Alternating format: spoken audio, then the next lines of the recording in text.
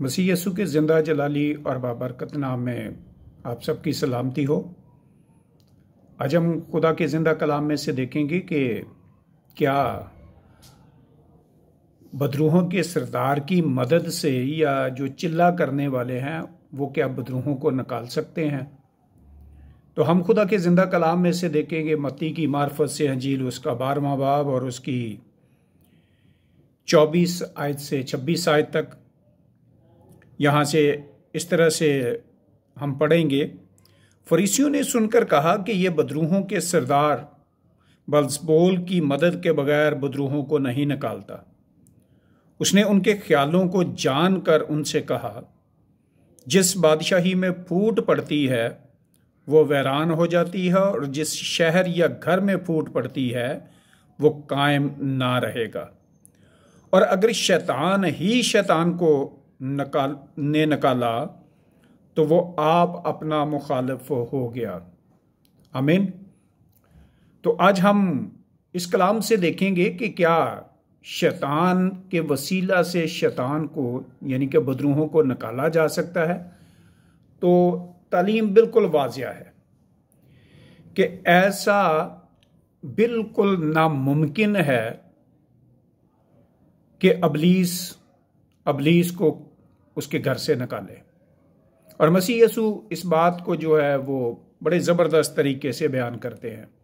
बेशक फरीसी अपने दिल में ये सोच रहे थे, और ये हमारे लिए भी बड़ी ज़बरदस्त बात है कि हमें भी मालूम हो। आज हम बात करेंगे उन लोगों पर जो जादूगरी करते हैं या चिल्ले काटते हैं और फिर लोगों को वो गुमराह करते हैं। उनकी हालत क्या होती है और वो क्या कर सकते हैं।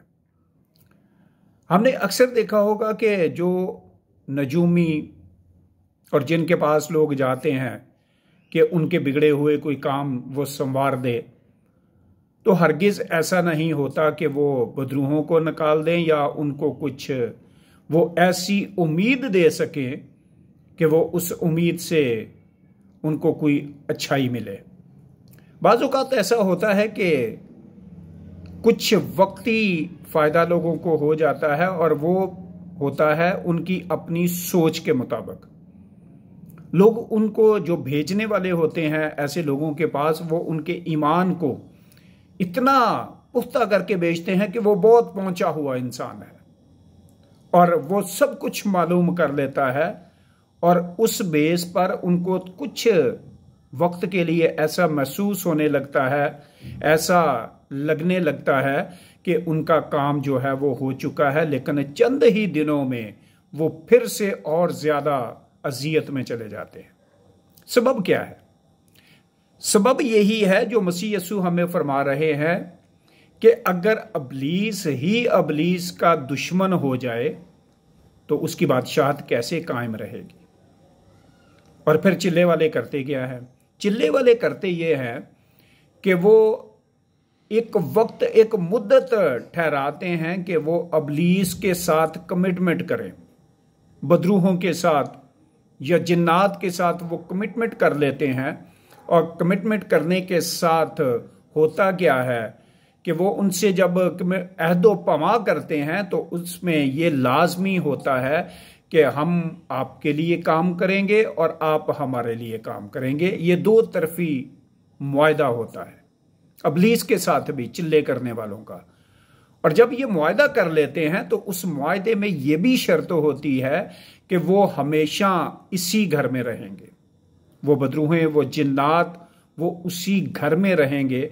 और अगर वो चिल्ला करने वाला, वो कमिटमेंट करने वाला, वो अहदो पमा करने वाला, वो अगर मर जाता है तो उसको अपना जानशीन अपनी औलाद में से देना पड़ता है ताकि वो कमिटमेंट जो है वो खानदानी तौर पर उसके साथ कायम रहे और वो हमेशा जिन्नात और बदरूहें उस घर में बसी रहें। और फिर हम अपने चगिर्द देखें, अपने पुराने खानदानों पर जो इस तरह के मामलात में फंसे रहे हैं, जब हम उन पर गौर करते हैं और उनकी औलादों पर गौर करते हैं तो वो अजियत में रहते हैं, दुख में रहते हैं, क्योंकि वही जो उनका बाप या उनकी माँ या उनके बुजुर्ग उनके लिए बीज बो गया है, अब उनको जो है वो काटना पड़ता है। और बहुत सारे लोग हैं जो इससे छुटकारा पाने की कोशिश में रहते हैं, लेकिन वो छुटकारा भी नहीं पा सकते, क्योंकि इब्लीस उनको उनके बाओजदाद के वादों के मुताबिक उनको तंग करता है कि तुम्हारे बाओजदाद ने हमारे साथ वादे किए थे और अब हम आपको नहीं छोड़ेंगे, आपको हमें अपने घर में रहने के लिए जगह देनी पड़ेगी और हम इसी घर में रहेंगे। और वो उनको जान नहीं सकते, पहचान नहीं सकते कि हमारे साथ हो क्या रहा है, तो वो हमेशा दुख उठाते रहते हैं। लेकिन हम ये भी देखते हैं कि उस दुख से निकलने का भी तरीका है। अगर किसी के बुजुर्ग ने, बाप ने, दादा ने या किसी ने भी ऐसी गलती कर ली है, ऐसा काम कर लिया है, तो क्या ऐसा मुमकिन नहीं है कि वो उससे छूट सके? उससे वो आजाद हो सकता है, लेकिन उसका एक ही तरीका है कि वो खुदा को कबूल करे और अपने गुनाहों से और अपने बाओजदाद के गुनाहों से तौबा करे, और तौबा करके वो खुदा के लोगों की रफाकत में रहे। ऐसा नहीं है कि तौबा करके वो आजाद हो गया और फिर वो जो है वो रफाकत छोड़ दे और वो दुनियादारी के कामों में लग जाए और खुदा के साथ उसका मेल मिलाप उस तरह का ना रहे। अगर हमने हकीकी आज़ादी हासिल करनी है, रूहानी आज़ादी हासिल करनी है, अपने बाओजदाद के इन गुनाहों से आज़ाद होना है, तो हमें रफाकत में रहना पड़ेगा। जब तक हम इस रोए ज़मीन में हैं, हम ईमानदारों की रफाकत में रहें ताकि इब्लीस हमें तंग ना कर सके। मसीह यीशु इसी में वो बयान करते हैं कि अगर कोई घर खाली हो जाए, आज़ाद हो जाए, तो वो रफाकत में अगर नहीं रहता और उस घर में कलाम नहीं रहता, तो वो क्या करती है? वो बदरू, वो जिन और वो जो अरवाह है वो और को लाती है ताकि उस घर में रहे, और वो फिर उस घर में और साथ को बुलाकर लाती है ताकि मजबूत हो जाए कि उसको निकाल ना सके।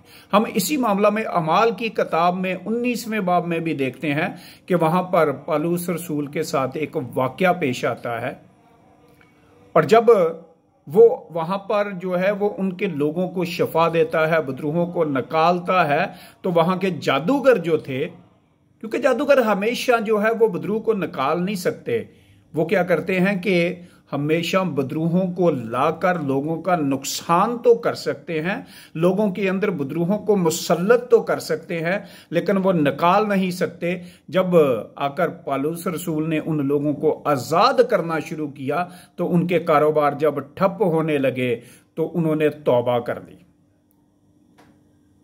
उन्होंने बदरूहों से आज़ादी हासिल करके, और वो जादूगरी जो करते थे अपनी किताबों के लिहाज से लोगों को गुमराह करते थे, वो सारी किताबें लाकर जला दी और जलाकर वो खुदा के हजूर में तौबा में बैठ गए।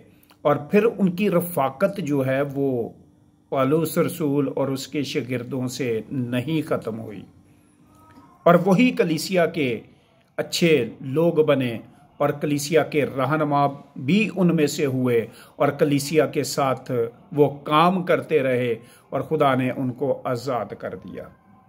इस तरह से अगर कोई भी आज़ादी चाहता है, इससे पाक होना चाहता है, तो वो खुदा के पास आए और खुदा के कलाम को कबूल करे, उसकी नजात को कबूल करे, मसीह यस्सु को जो जिंदा जलाली कलाम है उसको कबूल करे और अपनी जिंदगी का हिस्सा बना ले, तो वो एक मददगार को भेजेगा जो हमेशा हमारे साथ रहेगी और हमारे घर में, हमारे घरानों में, हमारे खानदानों में वो रूह पाक जो मददगार है वो रहेगा, ना कि इब्लीस फिर से आकर तंग करेगा। आए इस कलाम के मुताबिक हम अब सोच विचार करें, अपने आप को जांचें और परखें, और जितने मुसीबत ज़दा हैं ख़ानदानी तौर पर अबाउजदाद के वजह से, आज उनके लिए मौका है कि वो आज़ादी हासिल करें और आज़ाद होकर खुदा के कलाम को कबूल करके हमेशा उसके साथ चलने का अहद करे। मसीह खुदावंद आपको बरकत दे। आमीन।